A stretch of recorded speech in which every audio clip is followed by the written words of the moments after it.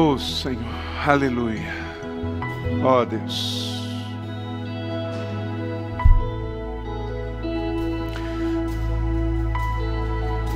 Deus, santo, santo, santo é o teu nome, exaltado, bendito, glorificado. Tu és santo, poderoso, majestoso, exaltado seja o Senhor, hoje e sempre, aqui e em toda a terra. Tu és Deus, o único Deus. Te adoramos, Deus Trino, nosso Deus Todo-Poderoso, que é Pai, que é Filho, que é Santo Espírito, que está em nós e entre nós, quebra cadeias, destrói sofismas, que a nossa fé seja ativada, renovada, ressuscitada, para te adorar, te servir, porque o Senhor se agrada de vidas que manifestam fé. Pai, visita cada um na sua necessidade. Se alguém triste, traz um batismo de alegria. Se alguém preocupado, traz a paz. Estabiliza as emoções. Quem está sem dormir, dê o sono do justo. Quem está ansioso, traz a paz de espírito.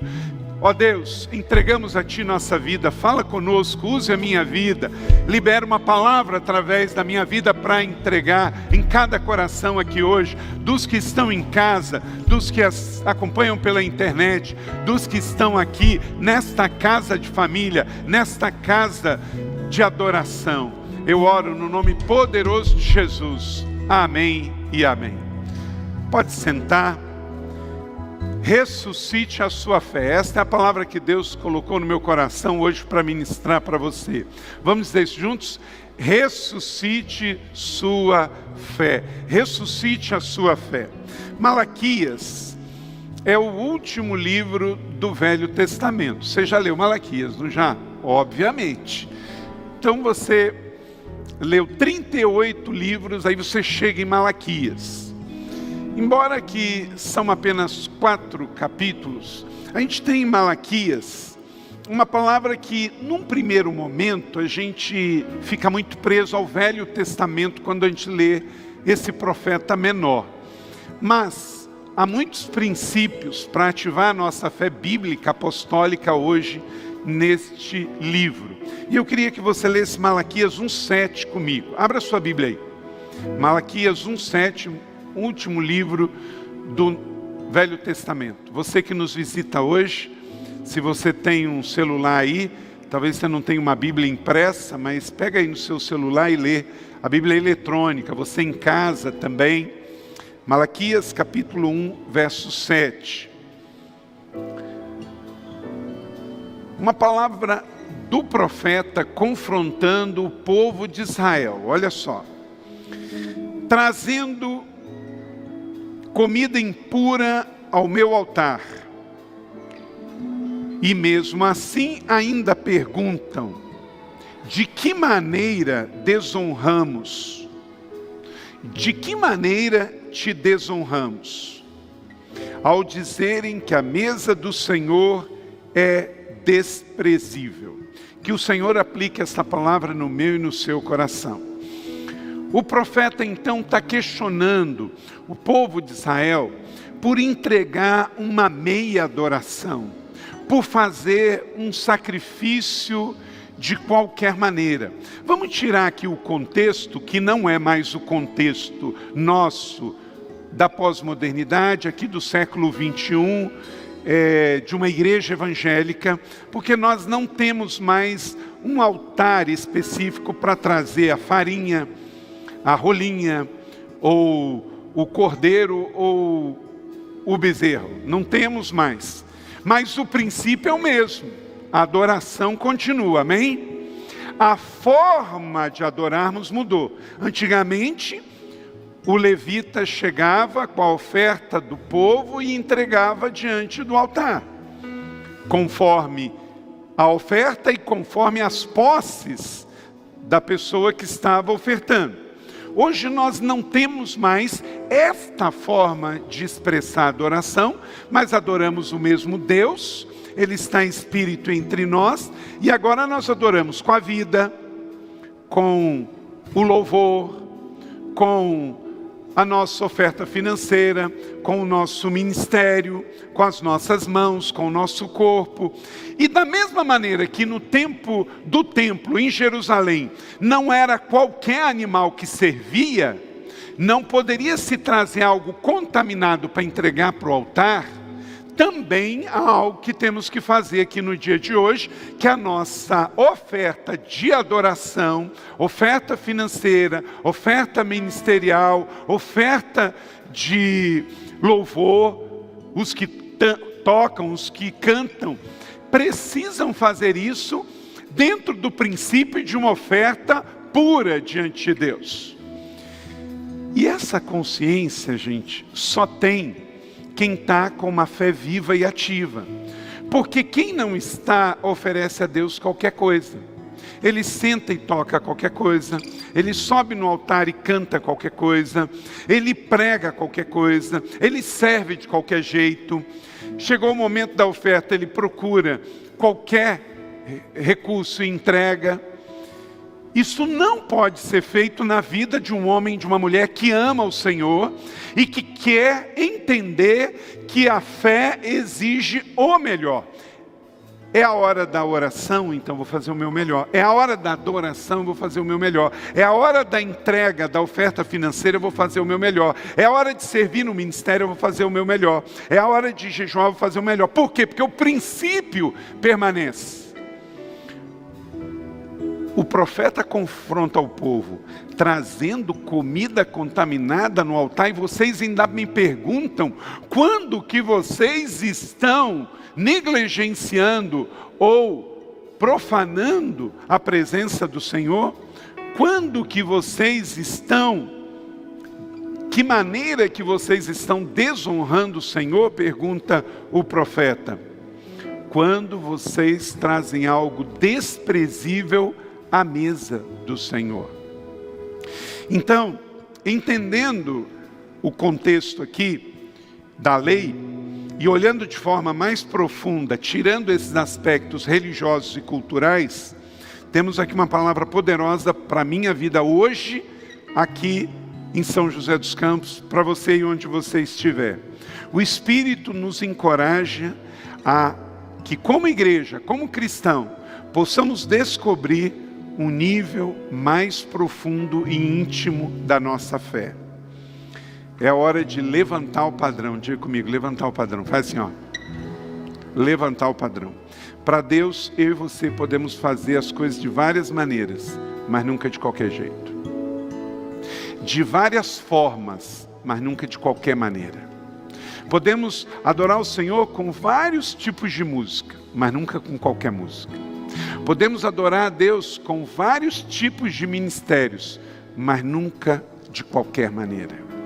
Porque Deus não faz acepção de pessoas, mas Deus faz acepção de atitude. A atitude muda tudo. A atitude muda tudo. Entenda, a correção do Senhor, ela nunca é para nos diminuir.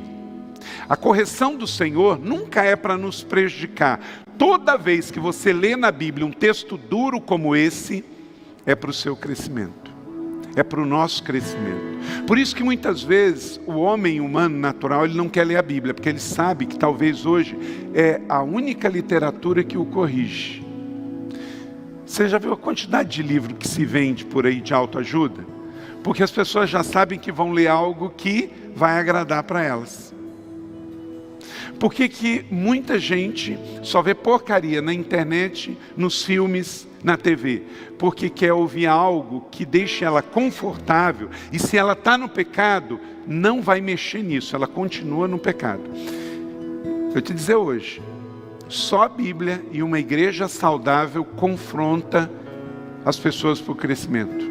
Eu não posso nem dizer que todas as igrejas hoje confrontam para o crescimento. A Bíblia sempre confronta, sempre. Do Gênesis ao Apocalipse, o Velho e o Novo Testamento. Mas quisera eu poder dizer que toda igreja é uma igreja família e que corrige em amor os seus filhos, não para o conforto deles, mas para o seu crescimento. Um dos ministérios que Deus me deu é ajudar pastores e igrejas. Eu saio só para falar sobre liderança. Quando alguém me convida para ir numa igreja, vem aqui pregar no aniversário da igreja, no encontro de casais, no encontro, eu não vou, porque o tempo é limitado, a minha preferência é estar aqui com vocês. Então quando eu saio, eu tenho que sair para maximizar aquela mensagem. Então hoje de manhã eu estava falando aos pastores de Santos, tinha 100 pastores lá. Então, eu ir lá é uma bênção, porque eu pude falar com dezenas e dezenas de igrejas e pastores. Então, potencialize. E hoje, a mensagem que Deus tem colocado no meu coração, que eu ministrei ao Conselho de Pastores em Curitiba, no mês passado, no Conselho de Pastores em Santa Catarina, e hoje em Santo, é cuidar da saúde da igreja. Nós temos que cuidar, porque as pessoas estão ficando doentes, e essa doença está chegando na família da fé, na igreja. E nós temos que estar saudáveis, porque o mundo jaz no maligno, está doente. E a igreja tem que viver uma fé viva e saudável, para que possamos ser o farol e a esperança que o mundo precisa.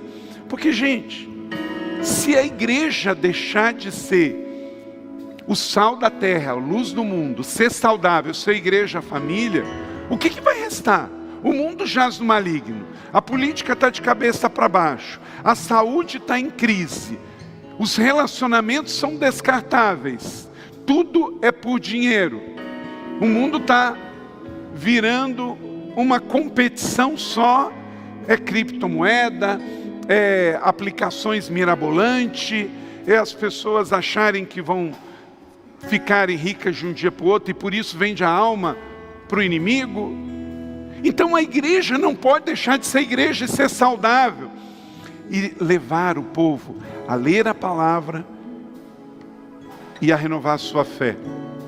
Então, a correção do Senhor, toda vez, guarda isso, que você lê a Bíblia e ela te confrontar, não é para diminuir, não é para te prejudicar, é para fazer você crescer, eu crescer. Então, deixe-se confrontar pela palavra, receba, alinhe-se com Deus, faça suas correções e continue se alimentando da palavra de Deus. Você nunca vai se arrepender de ler e corrigir a sua vida pela Bíblia.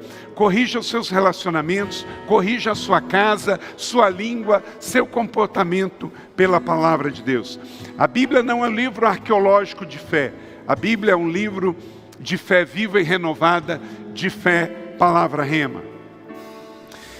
Existe mais espaço, deixa eu dizer isso para você, existe mais espaço para a liberdade em um relacionamento com Jesus do que em qualquer outro lugar do mundo. Você prestou atenção no que eu disse? Existe mais espaço para a liberdade em um relacionamento com Jesus do que em qualquer outro lugar do mundo. Mas liberdade para fazer a coisa certa. Relacionamento com Jesus gera liberdade, mas não liberdade para você matar, roubar e destruir, mas liberdade para você gerar vida. Isso sim, há liberdade do que em qualquer outro lugar. Um discípulo de Cristo que tem uma fé viva, que crê na palavra, é livre. Amém ou não amém? Mas é livre para fazer a coisa certa. Tem gente que às vezes vive dentro da igreja, lendo a Bíblia e fala assim: mas eu sou oprimido. Você é oprimido porque você está olhando a vida com vontade de fazer coisa errada. Aí você se sente oprimido. Mas se você quer fazer o que é justo, correto, puro, de boa fama, você é livre. Tem alguma coisa correta que Jesus fala para você não fazer? Não. Tudo que na Bíblia está escrito que não é para você fazer, é porque é errado. Você já percebeu isso? Então na palavra liberdade, liberdade para acertar em cheio na vontade de Deus. Até porque, qual é a definição de pecado na Bíblia? É errar o alvo. Quando você erra o alvo, você está em pecado. Então vou ler um texto a mais. Acompanhe aí comigo, Malaquias 1, 13 e 14. E ainda dizem, que canseira, e riem dela com desprezo. Diz o Senhor dos Exércitos: sabe quando que vocês profanaram o meu altar? Quando vocês trazem animais roubados, aleijados, doentes, e os oferecem um sacrifício que deveria eu aceitá-lo de suas mãos? Pergunta ao Senhor: maldito seja o enganador, que tendo no rebanho um macho sem defeito, promete oferecê-lo e depois sacrifica um defeituoso. Diz o Senhor dos Exércitos: pois eu sou um grande rei, e o meu nome é temido entre as nações. Pegou aqui? O que o Senhor está dizendo? Quando que você profana uma adoração? Quando você dá algo com defeito, algo que está faltando, algo que está manchado, algo que você prometeu em fazer o melhor e foi lá e fez o pior. Então, como eu disse, tirando o contexto religioso e cultural judaico, o princípio aqui é muito importante para a nossa fé, meu irmão e minha irmã, para a sua vida, e para que você possa, de fato, avançar e não retroceder. Você não pode trazer nada roubado para o altar do Senhor. Então, por exemplo, eu dei um 7-1 lá, ganhei um dinheiro indevido, mas eu vou dizimar. Deus me livre, queima ele. O que o texto está dizendo aqui é que você não pode trazer uma oferta no altar que é fruto de roubo. Você não pode trazer. Então, se você é uma pessoa que de vez em quando vai lá e joga no jogo do bicho, joga numa loteria, faz uma rifa e ganha um dinheiro e ainda quer ofertar, Deus não recebe. Porque está escrito aqui em Malaquias 1, verso 13, que Deus não aceita uma oferta roubada. Porque você tem que trazer algo para o Senhor, fruto do seu trabalho, fruto da sua primícia, fruto do seu sacrifício, do seu melhor. Nada aleijado, nada doente. Ele diz o texto: me oferece um sacrifício, me enganando. Quer dizer, naquele tempo, para você ofertar um animal, ele não podia estar doente, ter defeito, ele não podia sofrer um acidente, por exemplo. Eu estou indo entregar um cabrito, e de repente, eu caí, aquele cabrito morreu na minha mão, já não serve. Eu tenho que comprar outro e entregar, porque aquele do acidente. Então pensa nos dias de hoje, vamos dizer que você viesse da Dutra para cá, aí você está vindo, de repente, dentro do seu carro, acontece um acidente, bate no seu carro e pegam o cordeiro que você ia sacrificar. Aí ele morre no caminho, já não pode mais ser sacrificado. Aquele ali já morreu, acabou. Você entendeu? O que você trouxer, sempre em adoração, precisa ser o seu melhor. Até pelo princípio, gente, do seguinte: Deus não precisa de nada que temos para dar para Ele. Mas a Bíblia fala para a gente dar. Não diz? Mas se Deus não precisa, por que eu preciso dar? Porque eu preciso oferecer. Esse é o ponto. Eu preciso oferecer sacrifício de lábios que confessam o seu nome. Não existe nada que eu e você possamos dar que Deus precise. Ele não precisa da nossa ovelha, do nosso dinheiro, do nosso trabalho, da nossa adoração, da nossa presença. Eu não preciso dar. Ele não precisa oferecer. Mas eu entendo que Ele é dono da minha vida. Então eu tenho prazer em fazer para agradar ao Pai. Adoração é reconhecer e entregar o seu melhor para Deus. Você lembra de Herodes, o grande construtor dos dias de Jesus, que renovou o templo de Salomão e fez como a maior beleza? Foi Herodes. Mas sabe como é que ele morreu? Atos 12, 23. Está escrito: visto que Herodes não glorificou a Deus, imediatamente um anjo do Senhor feriu e ele morreu e foi comido por vermes. Sabe por quê? Ele glorificou a si mesmo e não glorificou a Deus. Então, nós precisamos adorar a Deus. É natural, Deus espera isso de nós. Em Provérbios capítulo 18, verso 9, tem um texto muito interessante. Olha só.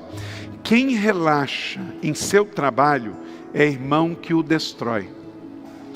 Quem relaxa no seu trabalho é irmão do que destrói. O que está escrito aqui em Provérbios capítulo 18, verso 9? Existem 3 tipos de trabalhadores. Na sua empresa tem 3 tipos de trabalhadores. Aqui na igreja tem 3 tipos de trabalhadores. Em todo lugar tem 3 tipos. Tem o dedicado, tem o complacente e tem o opositor. O dedicado é o que faz o que tem que ser feito. O complacente é o que faz de qualquer jeito. E o opositor é o que prejudica quem trabalha. Sabe o que esse texto está dizendo? Em Provérbios 8, 9? Que nesses 3 tipos de servo, o dedicado, o complacente e o destruidor, é que o segundo é irmão do terceiro. O complacente é irmão do destruidor. Meu Deus! Então, meu irmão, olha para cá. Minha irmã, olha para cá, você que sai comigo. Eu e você só temos uma opção de servo: o dedicado. Aqui está escrito que o complacente, o que faz de qualquer maneira, ele é irmão do que destrói. É Bíblia, é Provérbios capítulo 18, verso 20. Então, se você quer adorar a Deus, quer ter uma fé viva com o que você faz, com o que você é, com a sua voz, com o seu serviço, com o seu dinheiro, com a sua entrega, só existe uma opção: fazer bem feito, fazer o melhor, ser o melhor, para a honra e glória do Senhor. Você pegou isso, você entendeu? Isso aqui é uma rema, isso aqui é poderoso. Não dá para fazer meia boca, porque quem faz é irmão do que destrói. Porque é muito comum isso. Você falar desses 3 tipos de trabalhador, de servo, e ele fala assim: não, eu não destruo nada não, eu não prejudico ninguém. No dia em que você faz de qualquer maneira, você prejudica, é irmão do que quem prejudica. Meu Deus, é forte isso aqui. O dia que você trabalha numa empresa e que você não cuida do desperdício, você está sendo irmão do que desperdiça. É muito forte isso. Guarda esse texto, isso se aplica para a vida, se aplica para a adoração. Por isso, gente, tudo que a gente faz tem que ser intenso, dedicado. Qual é o nome, a definição de uma pessoa íntegra? Íntegro quer dizer inteiro. Você não pode ser mulher pela metade, homem pela metade. Meio copo cheio é meio copo vazio. Você não pode ser um cristão pela metade. Ah, eu vou dar o meu dízimo hoje, 5%, tá bom? Aí não é dízimo, irmão. Não entende? Ah, eu vou dar o meu ministério, vou servir lá, mas eu vou dar só 50% do meu coração. Com Jesus, ou é tudo ou nada. Com Jesus é tudo ou nada. Ele não quer ser seu sócio, ele é seu dono. É tudo ou nada. 1 Crônicas 21, 24, tem um texto que eu gosto demais. Ainda nem existia Jerusalém, e o templo do Senhor já era um lugar separado, porque foi o lugar onde Abraão sacrificou Isaac. Qual era o nome do monte? Moriá. Deus já tinha algo ali especial. E Davi, quando conquistou Jerusalém dos jebuseus, sabia disso. E aí, a cidade estava pequena, ele queria ampliar. E ele queria fazer um templo ao Senhor. E aí ele viu uma parte assim em cima, bonita, e ele procurou o dono, chamava Araúna. E Araúna, por um pedido do rei, Araúna falou assim, não precisa comprar não. Eu te dou o terreno. Você não quer construir uma casa para o Senhor, uma ampliação para a casa do Senhor? Eu não vou te vender. Essa atitude que está aqui. O que disse Davi? Não, faço questão, diga comigo, faço questão. Mais uma vez, não, faço questão. Faço questão de pagar o preço justo. Não darei ao Senhor aquilo que pertence a você, nem oferecerei um holocausto que não me custe nada. Você não pode chegar para Deus, depois de ter ganhado um cérebro, uma mente que você tem, que eu tenho, um coração que bombeia sangue pelo corpo todo. Tenho vários sistemas, tenho 6 sentidos. E vou oferecer a Deus qualquer coisa? Deus te deu a vida, Deus te salvou, você nunca vai morrer, você vai viver eternamente com Cristo, você é salvo, redimido, e você então oferece a Deus 100%? 100% da sua adoração, a sua fé está viva e ativa, isso representa adoração, representa ministério, oração, entrega, renúncia. Não oferecerei a Deus sacrifício que não custe nada, porque eu quero ser um servo dedicado. O complacente é irmão do destruidor. Isso não é para mim e para nenhum filho da família. Na igreja da cidade, os filhos são dedicados. Amém ou não amém? Se você quer prosperar, seja o primeiro a acordar e o último a dormir. Saiba que o reino de Deus é conquistado à força, não a força do braço, mas a força da dedicação, do jejum, da oferta, da entrega, da santidade, de não ter 2 agendas. Os mandamentos não nos conectam a um Deus tirano, mas sim a um Deus de aliança. Toda vez que eu leio o mandamento de Deus e eu pratico, eu cresço. E nesse sentido, aí entra o verso mais famoso de Malaquias, que é Malaquias 3:10. Não é o mais famoso? Quando a gente fala Malaquias, a gente lembra que Deus ama o que dá com alegria, porque esse é o princípio da fé, doação da vida, do coração, da paixão. Quando eu oro, eu dou. Quando eu oferto, eu dou. Quando eu adoro, eu dou. Quando eu sirvo no ministério, eu dou. Não existe vida cristã sem adoração. Não existe fé viva sem entrega. Então ressuscite a sua fé e seja um servo dedicado, em nome do Senhor Jesus. Tudo que você fizer, faça 100%. Faça com presença. Tragam todo o dízimo ao depósito do templo, para que haja alimento na minha casa. Ponha-me à prova. O Senhor está dizendo, é a única coisa que Ele fala para a gente provar, é através do recurso financeiro. E Ele diz, se eu não vou abrir as comportas do céu e derramar, provai e vede que o Senhor é bom. Deus nunca dá um mandamento para nos limitar. Ele sempre nos dá um mandamento para nos abençoar, para nos empoderar. Então Ele disse, Deus ama o que dá com alegria. A palavra do profeta para nós recebemos e ela está válida, ela está viva, porque a nossa fé está viva. Se você parou de orar, se você parou de jejuar, se você parou de ofertar, se você parou de entregar, ressuscita a sua fé. Seja um cristão de primeira classe.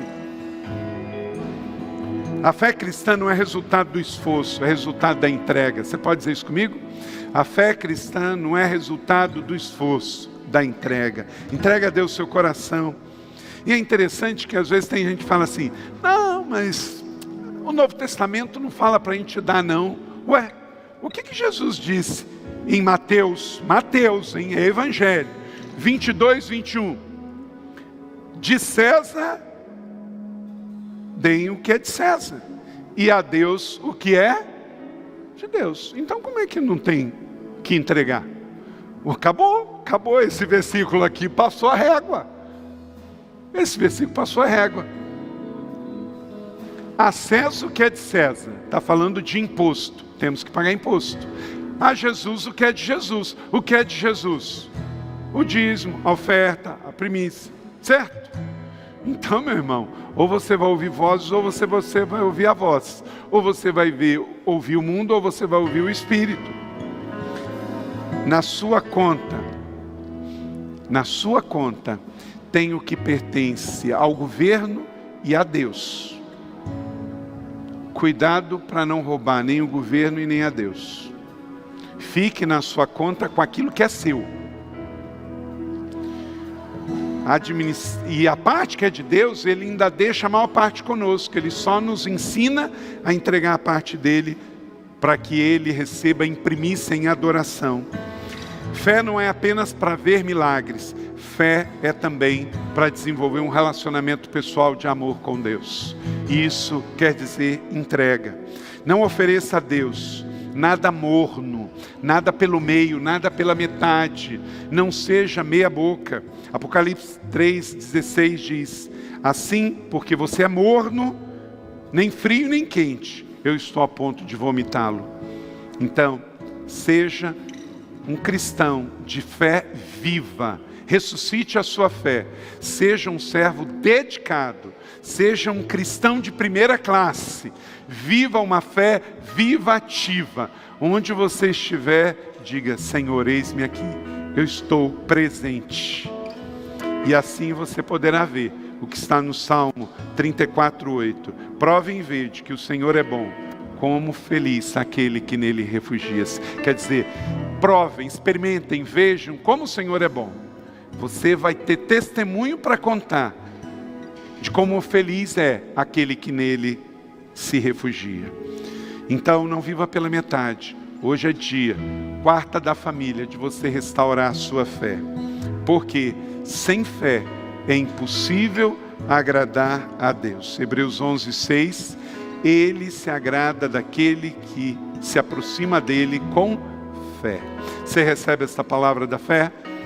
Aleluia. Eu quero que você de fato guarde essa palavra no seu coração. Bota a mão no seu coração agora.